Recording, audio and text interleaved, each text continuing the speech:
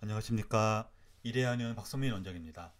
이번 영상은 구강 건강을 위한 생활습관 그 첫 번째로 인도 아유르베다에서부터 시작된 오일 풀링에 대해 알아보겠습니다. 개인적인 의견은 최소로 하고 최근 논문 리뷰를 통해 객관적으로 확인된 내용 위주로만 영상에 담아 보겠습니다. 우선 2020년 발행된 연구를 통해 오일 풀링의 구체적인 방법과 주의사항에 대해서 알아보겠는데요. 이 연구에서 제안한 방법은 다음과 같습니다. 하는 시간은 아침 공복 때가 가장 좋고요. 사용하는 오일은 인도에서 나온 방법이기 때문에 그 지역에서 구하기 쉬운 코코넛 오일과 참기름을 많이 사용해서 연구를 진행했는데요. 우리나라 현실을 고려하면은 올리브 오일과 아보카도 오일을 사용해 주셔도 좋겠습니다. 다만 모든 오일이 다 가능한 건 아닌데요. 이를테면은 콩기름이나 포도씨유, 카놀라유, 해바라기씨유 같은 화학적으로 추출한 식용유는 사용하지 않는 것이 좋고요. 올리브유나 아보카도 오일처럼 냉압착 방식을 이용해서 만들어진 기름만 사용하셔야 됩니다. 적당한 사용량은 입안이 반 정도 찰 정도인데요. 성인의 경우는 테이블 스푼으로 한 스푼 정도, 대략 15ml 정도 된다고 하고요. 우리나라에서 쓰는 밥 숟가락은 대략 8에서 10ml 정도가 용량이기 때문에 밥 숟갈로 하자면은 한 숟갈 반에서 두 숟갈 정도가 되겠네요. 어린아이들의 경우는 작은 티스푼 한 숟갈 정도가 적당하다고 합니다. 이렇게 오일을 입안에 넣은 다음에 혀를 천천히 움직이면서 머금고 있던 오일을 입안에 골고루 도포하는 방법을 하는 건데요. 잇몸의 안쪽, 입천장, 뺨이 혀에 닿는 그런 부위에 오일을 잘 발라주고 혀로 이빨을 살짝 밀어주면서 오일이 이빨 사이로 통과할 수 있게 골고루 해주는 것이 좋습니다. 대략 5에서 10분 정도 시행하는 것을 권장하는데요. 만약에 중간에 턱이 아프거나 침이 이렇게 많아지면서 더 이상 머금 끓기 힘든 순간이 오면은 그때 뱉어내셔도 문제가 없을 거예요. 자, 그리고 이렇게 뱉어낸 다음에 따뜻한 물로 한번 헹궈 주시는 것이 좋고요. 방법은 하루에 한 번에서 세 번까지 권장할 수가 있고 점심과 저녁 때도 식전에 하는 것을 권장하고 있습니다. 그다음에 고개를 이렇게 숙이지 않고 고개를 약간 든 상태에 앉은 자세에 하는 것을 권장하고요. 다만 삼키지 않도록 하는 것이 중요한데요. 일부 보고에서 올리브 오일을 이렇게 머금고 있다가 꿀떡꿀떡 넘어가는 그 순간에 흡입성 폐렴이 발생할 수 있었다는 보고가 있기 때문에 삼키지 않도록 주의하다는 문구가 좀 들어가고 있습니다. 자, 이거는 2010년에 나온 논문인데요.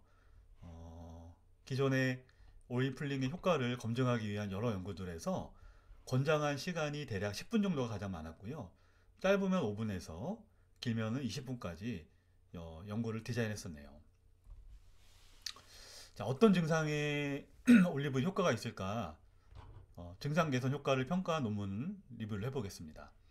우선 2020년도에 나온 논문에서는 올리브 오일의 효과를 다음과 같이 설명을 하고 있습니다. 첫 번째, 점막 염증을 개선할 수가 있고요. 두 번째, 잇몸 출혈을 줄일 수가 있고, 세 번째, 구취를 감소시킬 수가 있고, 네 번째, 충치균을 억제할 수가 있으며, 다섯 번째, 구강 궤양의 회복을 촉진할 수가 있고요. 여섯 번째, 구강 점막을 촉촉하게 해서 일곱 번째, 구강 내에 자결감을 줄일 수가 있고, 여덟 번째, 점막의 건조감을 감소시킬 수가 있다고 확인할 수 있었습니다.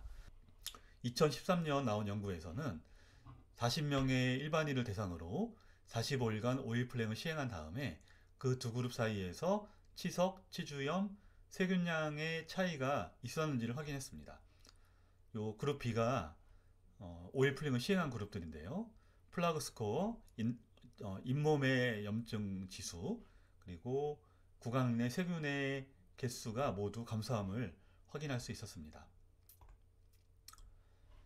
자, 이건 독일에서 나온 연구인데요. 26명의 약물 부작용으로 인한 구강 건조증 환자를 대상으로 오일 플랭을 시행해 본 결과 주관적인 건조증의 개선이 있었으며 대략 6.4에서 4.93 정도로 감소했습니다. 또한 음식물을 조금 더 잘 삼킬 수 있게 되었고요.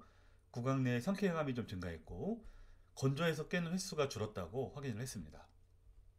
다음은 25명의 구강자결감 증후 환자들을 대상으로 3개월간 오일 플랭을 시행해 본 결과 대조군에 비해서 효통증도 개선이 되었고 갈증 정도도 개선이 되었음을 확인했습니다. 다음은 종양 환자들에게 쉽게 발생하는 구내염에 대한 오일 플랭의 효과를 확인한 건데요. 역시 코코넛 오일을 사용해서 연구를 진행해 본 결과 의미 있는 개선이 있었다고 확인을 했습니다.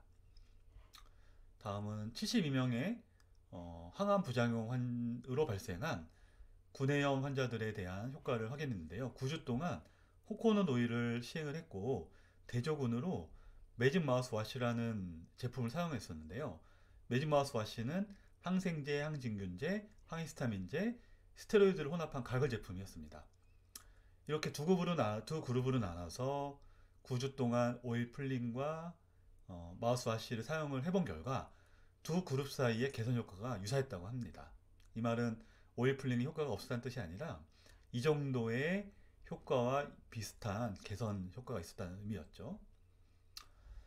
자, 다음은 구강 편평태선에 대한 코코넛 오일 플링 효과를 확인했는데요. 여기서는 대조군으로 스테로이드 점막 도포를 확인했습니다. 2달 동안 진행해 보니까 스테로이드보다는 못했지만 의미 있는 정도의 병면 감소와 화끈거림 정도의 감소가 확인됐습니다.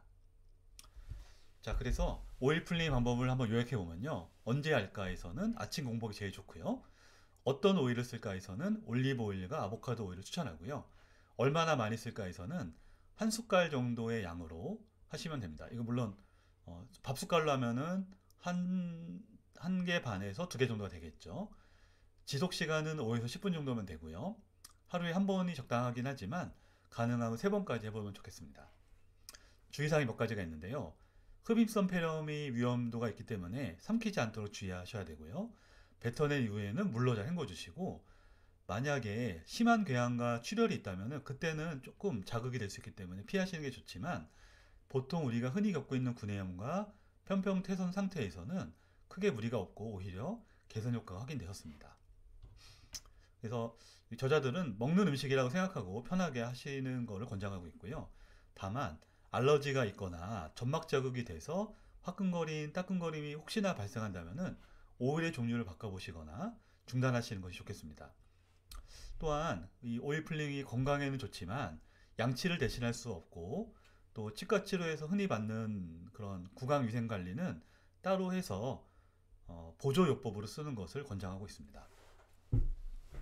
그래서 저희 일회한의원에서는 주로 쇼그렌 증후 환자분과 많은 자가면역절 환자분, 그리고 효통증을 주소증으로 하는 구강자결감 환자들이 많은데요. 이분들의 다양한 증상에 개선을 위해서 쓸 수 있는 방법으로 추천드리고 있습니다. 자, 이렇게 오일 플링의 방법과 기대할 수 있는 효과, 어떤 증상에 적용해보면 좋은지에 대해서 논문을 통해 알아보았습니다. 여러분의 구강 건강 개선에 조금이라도 도움이 되셨기를 바라면서 영상을 마치겠습니다. 감사합니다.